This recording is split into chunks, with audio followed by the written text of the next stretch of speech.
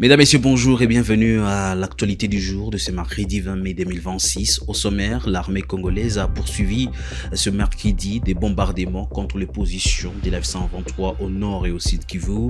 L'F-123 affirme que ces frappes ont fait des morts parmi les civils et occasionné plusieurs déplacements. Nous allons en parler dans l'actualité du jour.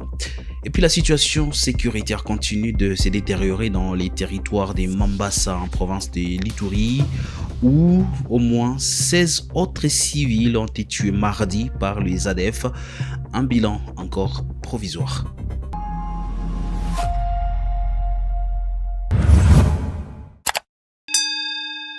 Merci de vous abonner à la chaîne pour être informé à temps réel. L'Alliance Fleuve Congo a accusé mercredi 20 mai 2026 les forces coalisées du gouvernement congolais d'avoir mené de nouvelles frappes aériennes contre plusieurs positions habitées dans l'est de la République démocratique du Congo, affirmant que des civils ont été tués et déplacés lors de ces bombardements. Détail avec vous, Ketia Rugamika. L'Alliance Fleuve Congo, mouvement du 23 mars, a accusé mercredi 20 mai 2026 les forces coalisées du gouvernement congolais d'avoir mené de nouvelles frappes aériennes contre plusieurs zones habitées dans l'est de la République démocratique du Congo, affirmant que des civils ont été tués et déplacés lors de ces bombardements. Sur son compte X, Lawrence Kanyuka, porte-parole de l'F-123, affirme que des frappes meurtrières ont visé de 7h30 les localités de Katoi et ses environs à l'aide des drones de combat et d'artillerie lourde. Ces mêmes forces ont une nouvelle fois lancé des frappes meurtrières contre les zones fortement habitées de Katoi et ses environs utilisant des drones de combat et de l'artillerie lourde dans une offensive aveugle visant directement les populations civiles, a déclaré Lawrence Kanyuka. Le porte-parole de l'F-123 affirme également que ces bombardements barbares et indiscriminés perpétrés par le régime de Kinshasa entraînent la mort de nombreux civils innocents, la destruction massive d'habitations et d'infrastructures, ainsi que les déplacements forcés des populations à grande échelle. Selon la F-123, les bombardements ont aussi touché les zones de Kalingi, Bidegou et Gakenke entre mardi soir et mercredi matin. Du mardi 19 mai 2026 à 19h passées des 30 minutes, au mercredi 20 mai 2026 à 10h30, les forces coalisées du régime de Kinshasa ont intensifié leurs attaques aériennes contre les zones densément peuplées de Kalingi, Bidegou et Gakenke, recourant à des drones de type 4T6 ainsi qu'à des drones kamikazes dans une campagne de terreur d'une violence inouïe, a ajouté Lawrence Kanyuka. Depuis plusieurs semaines, les tensions militaires restent vives dans plusieurs territoires du Nord Kivu et du Sud Kivu, malgré les efforts diplomatiques en cours pour tenter d'obtenir un cessez-le-feu durable dans l'est de la RDC. Les travaux de réhabilitation du caniveau reliant le quartier à la station Simbandosho touchent à leur fin. Depuis plusieurs semaines, les autorités de la F-123 ont amorcé ces travaux sur cet axe vital. La population ne cache pas son soulagement. Pendant des années, les eaux stagnantes et les inondations rendaient les passages difficiles, surtout en saison de pluie. Les habitants d'Endosho se réjouissent de ces travaux financés par la F-123 qui modernisent la ville afin de la rendre plus propre. Nasema merci sana ku gouvernement yetu ya leo na merci sana ku wakubwa tena kufanya hiyo projet. Vraiment c'était pas facile kuima inastanyaka hapa kote hivi mnafika kama hii hapa hivi mnajikuta simu mtapita hata wapi. Mimi nashukuru bakubwa sana tena sana kutukumbuka kwa hii projet wamefanya. Ndaongeza nyingine ku engineer na ndio najenga mzuri. Iko na projet mzuri sana ya mzuri sasa yaanze tu na imalizishe, ndio isiko inaanza anafrene tena inabakia vile donc ima deviation inasumbua hivi bakaje iko bien, mais avec bakubwa hapa vraiment banafanya kitu ya maana sana, tunaencourager sana na meme bon. En fait idée ni ya mzuri sana juu hii canalisation hapa ya mai banafanya, donc anafanya deviation ya mai hapa, donc itakuwa mzuri sana mai kustania hapa itakuwa kuwa tena. Donc itakuwa tunafika inapita directement kwa sina jadresse mulaki. Hapa ni sawa kabisa. Vraiment kwa ile makili za vile unaangalia mwingine atakudia mpya tena. vraiment iko mzuri kutupatia mabuchafu mabialala kutupatia kwa mafereji iko bien ndambia kwa population tu ya Goma yote donc tujirudi yako façon wanatengeneza hivi yako facile haiko facile kabisa. Asa hivi bantu donc banturusha mwingine tu nakuwa tena ya mupya tujikaza sana donc tu ira rendre propre tena. Bo make si juu ya hii kazi tunashukuru kwanza Mungu. Kuona kisi balitia kwanza mbele gudro bakesabu kutia mifereji. Gudro inakuwa balabala iko bien. Mesa mvula inanyesha si watu ya pato ndogo tunatandika kwa balabala tunazama vitu vinazama vraiment. Hii projet yenye wanafanya sasa kutia mifereji malgré aba maliza kwanza inatusaidia kwanza. Aba maliza funga mifereji me tunapumzika kwanza juu ya mai. Tunaona ni kazi ya bie sana yenye wanafanya. Bo gisi wanajenga tunaona itaweza meza ile mai. Juu ya nini? Engineer ni grand maître kabisa. Ule engineer kwa ningemwona na mimi ningempatia hata kwa matabishi. Me umwambia nitafute nani patie matabishi. Kuona gisi alikata mfereji ngambo ya kutokea Kusimba. Anakata ingine mfereji ya kutokea kule ngambo ya Neo. Kisha kwa inakutanana hapa kwa mode, anaona mai inakuwa mingi inakuwa kilo sana. Banakuwa oblige kupasula balabala katikati. Juu ngambo ya pili ngambo ya kutokea kwa temwe balitiaka kwa ingine mfereji banona ni ya kidogo. Pale kwa balipasula banakutanana na ile ya kutokea kwa temwe inakuwa mwembamba sana. Ile tena banasema omwe baianile bapasule mara mwaka bambi sana kushukia kule ngambo ya la Sampiesa. Manake ule engineer ni vrai maître anatumika kazi ya bie sana. La situation sécuritaire demeure préoccupante dans la chefferie des Babila Babombi en territoire de Mambasa. Au moins 16 corps ont été découverts dans plusieurs localités touchées par les incursions rebelles survenues ces derniers jours dans la province de l'Ituri, comme en témoigne Ramsa Makilikidogo de la société civile du territoire de Mambasa.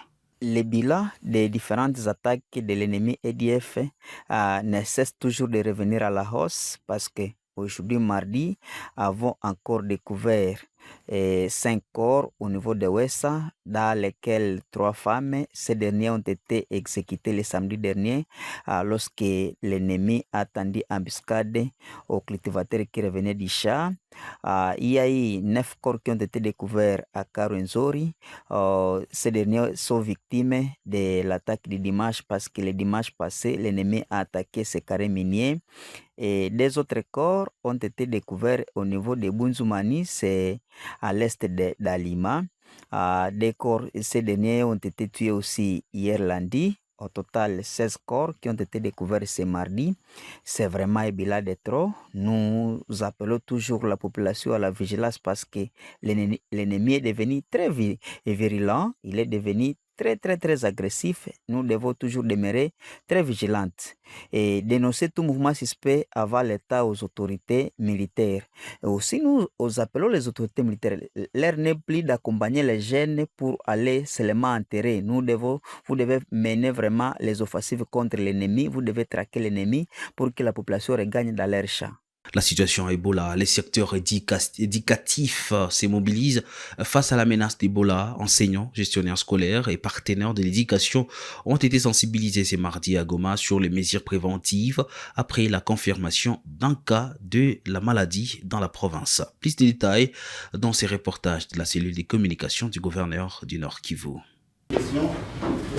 Les personnels et gestionnaires du système éducatif de la province Nord Kivu ont été sensibilisés ce mardi 19 mai 2026 aux mesures préventives contre la maladie à virus Ebola, 3 jours après la confirmation d'un premier cas par le gouverneur de province Bahati Musanga Erasto. Cette séance de sensibilisation a été organisée par la conseillère du gouverneur chargée de l'éducation, Madame Chantal Mourekatete. Les équipes humanitaires de l'UNICEF, partenaires privilégiés du secteur éducatif, ont expliqué aux participants, composés essentiellement des enseignants, l'origine, les dangers, les conséquences ainsi que les précautions à prendre face à la maladie à virus Ebola des souches Bundibugyo. Le secteur éducatif étant particulièrement sensible, il était urgent d'inviter la communauté éducative à s'approprier les mesures préventives afin de limiter la propagation de cette épidémie qui n'épargne personne, a déclaré Machagi Rongagi, directeur de la province éducationnelle Nord Kivu 1. Le virus Ebola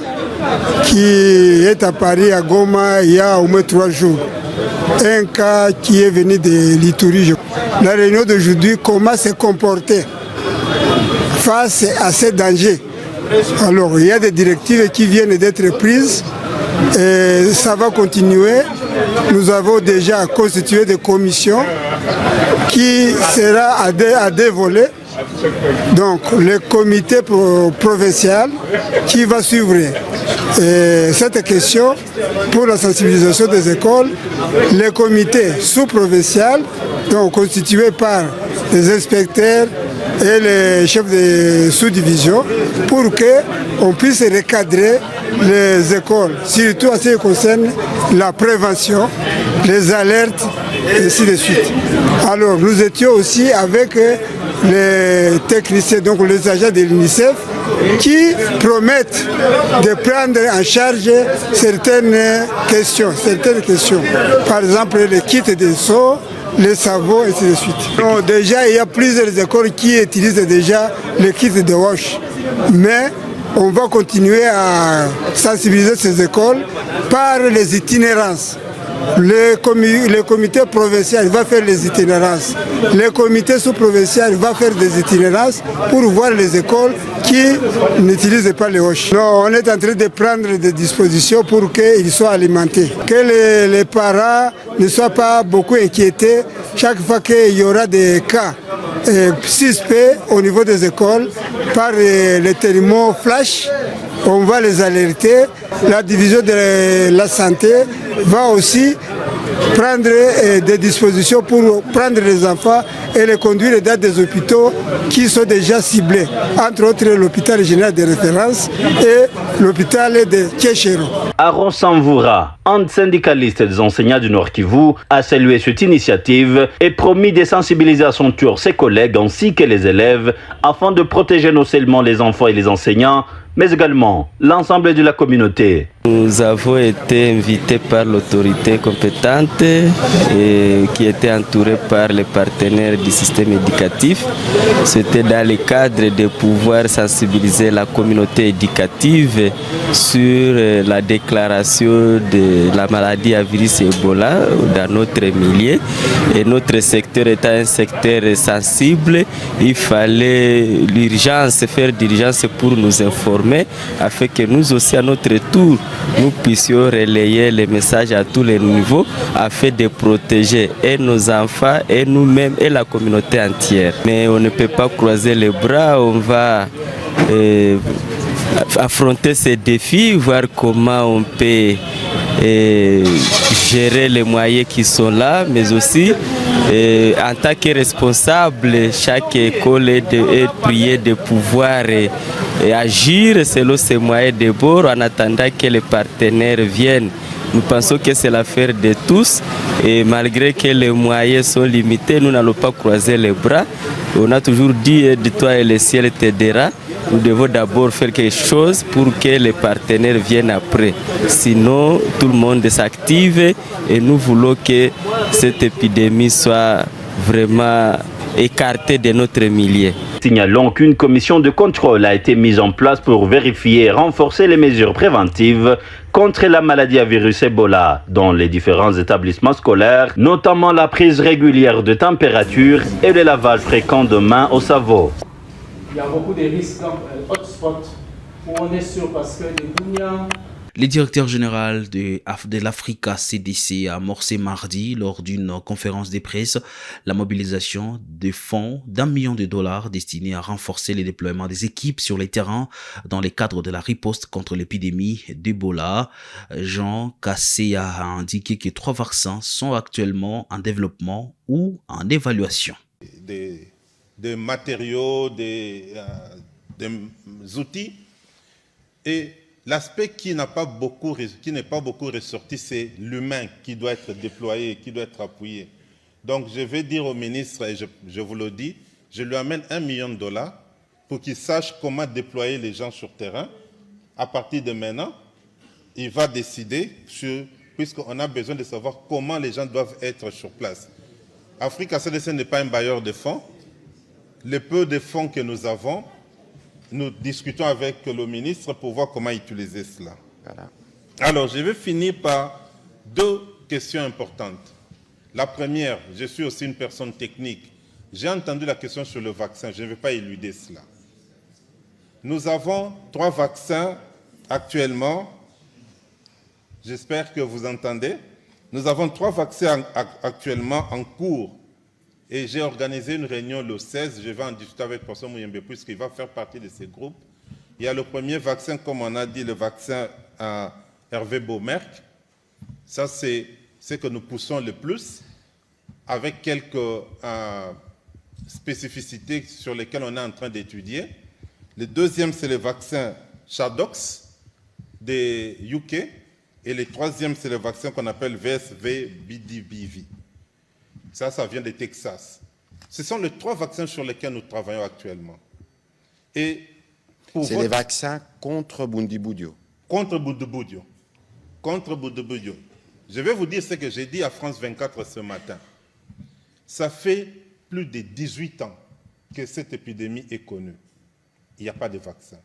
Mais je peux vous assurer que si cette épidémie était en Europe, était aux États-Unis, on aurait déjà eu des vaccins disponibles. C'est cela l'inéquité dont on parle. Et maintenant, quand on parle de production de vaccins, Africa CDC, comme le ministre l'a dit, l'Union africaine nous a donné le mandat de diriger cet agenda de fabrication de vaccins et de médicaments en Afrique. On ne peut pas accepter, vous savez, il n'y a que 5 pays qui fabriquent ce qu'on appelle en anglais API, un Active Pharmaceutical Ingredient, des ingrédients pharmaceutiques actifs. Le pays qui en produit le plus au monde, c'est la Chine, plus de 90%. Parmi les 5 pays, je vous dis 5, l'Afrique du Sud, l'Ouganda, l'Égypte, le Nigeria. Quel est le 5e pays? La RDC. Pharmakina. Pharmakina est la seule industrie pharmaceutique en Afrique à produire les API pour la malaria. Donc, ça c'est une très bonne nouvelle, monsieur le ministre, qu'il faut commencer à exploiter en plus de tout ce que nous avons. Voilà. Je vais m'arrêter. Ça n'est complètement fini, mesdames et messieurs, l'actualité du jour pour ce mercredi. Merci à vous de l'avoir suivi.